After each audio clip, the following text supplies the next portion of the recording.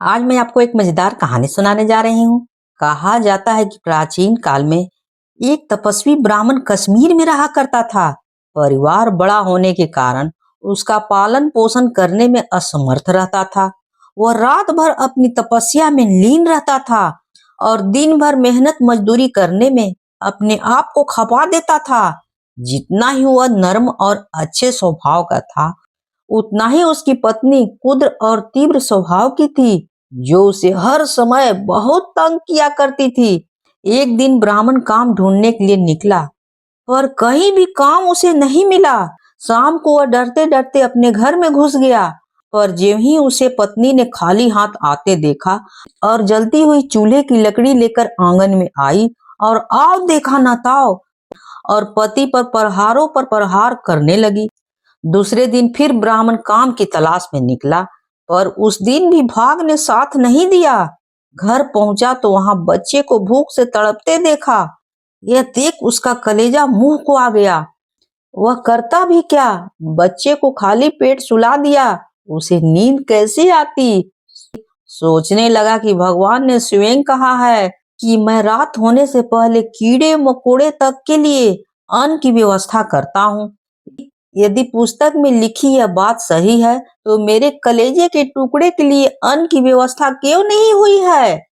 इसके पेट खाली क्यों रह गए? यह सोचने के बाद वह उठ खड़ा हुआ, पुस्तक खोली। वहां बिल्कुल यही लिखा हुआ था। अपने आप से कहने लगा, यह गलत है, सरासर गलत है। इस बात को पुस्तक से मिटाना ही ठीक है। यह कहकर कलम हाथ में ली और इस वाक को काट दिया, पुस्तक बंद करके रख दिया और लेट गया। अगले दिन प्रातः पुनः काम की खोज में निकल पड़ा। दिन भर काम करने के बाद कई पैसे की कमाई हुई। इन पैसों से शेर भर लगभग 1 किलो आटा खरीदा और घर आ गया। पर ज्यों ही आंगन में पैर रखा, वहां दूसरा ही आलम था।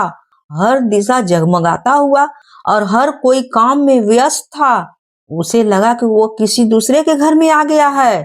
दहलीज पर नजर पड़ी तो वहां उसकी पत्नी चेहरे पर चमक और मुस्कान लिए हुए बाहें उठाकर उसका स्वागत करने लगी।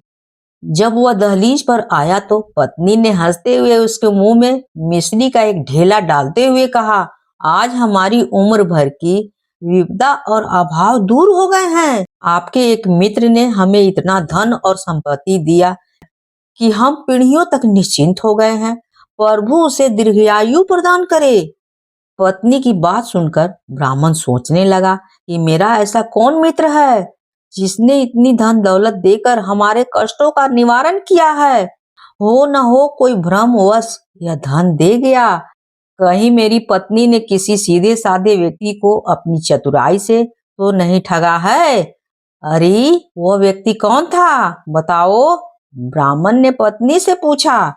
अजी क्यों नाटक करते हो, जैसे कुछ पता ही नहीं हो। वो वही तो था जिसकी कल कहीं पर आपने जिभुआ काट दी थी।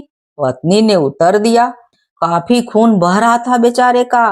कह रहा था अपने पति से कहना कि मेरे जीभ में टांका लगवा दे, जिससे खून बहना बंद हो जाए। ब्राह्मण बोला, बकवास न कर, मैंने किसी की जीभ नहीं काटी है। मुझे पूरा पूरा बात बता दे। वह कौन था, उसका नाम क्या था? पति एक सांस में बोल पड़ा। जब आप सुबह शहर की ओर चल पड़े, तभी एक घोड़े वाला आया। उसके घोड़े के पीठ पर एक थैला था। उसने मुझसे पूछा कि तुम्हारा पति कहाँ है। मैंने कहा वे काम पर गए हैं। उसने कहा यह थैला ले लो तो मैं जाऊं। हमने थैला ले लिया और ऊपर की मंजिल पर इसे खाली किया। इसमें हीरे रत्न मोती और सोने के सिक्के थे। थैला लौटाते हुए हमने उससे पूछा कि आप कौन है, क्या नाम है आपका? ये रत्न हीरे आदि कहाँ से लाए? उसने जवाब में कहा कि तुम्हारे पति का मुझ पर ऋण था। कल रात तुम लोगों के पास कुछ भी खाने पीने का नहीं था। तुम्हारे पति ने क्रोधित होकर मुझसे तगादा किया। मैंने कुछ देरों के लिए कुछ नहीं बोला तो तुम्हारे पति ने मेरी जुबान काट डाली। यह कहकर उसने मुझे अपनी जीभ दिखा दी। वह कटी थी और उससे लगातार खून बह रहा था। पत्नी बोलती जा रही थी, बोलती जा रही थी। उस दृष्टवान साधक की समझ में सारी बात आ गई थी। उस ब्राह्मण की सारी बातें समझ में आ गई थी और वह बिना घर में घुसे उन्हीं कदमों से लौट पड़ा। आप कहाँ चल पड़े? पत्नी ने पूछा। उस बेचारे की जीभ में टांका लगवाने, पति बोल पड़ा। चलते चलते वो ब्राह्मण एक तपोवन में पहुंचा और फिर कभी घर नहीं लौटा। अगर कहानी अच्छी लगी है तो प्लीज लाइक शेयर और सब्सक्राइब जरूर कीजिएगा, प्लीज भूलिएगा नहीं। कहानी होती है समाप्त।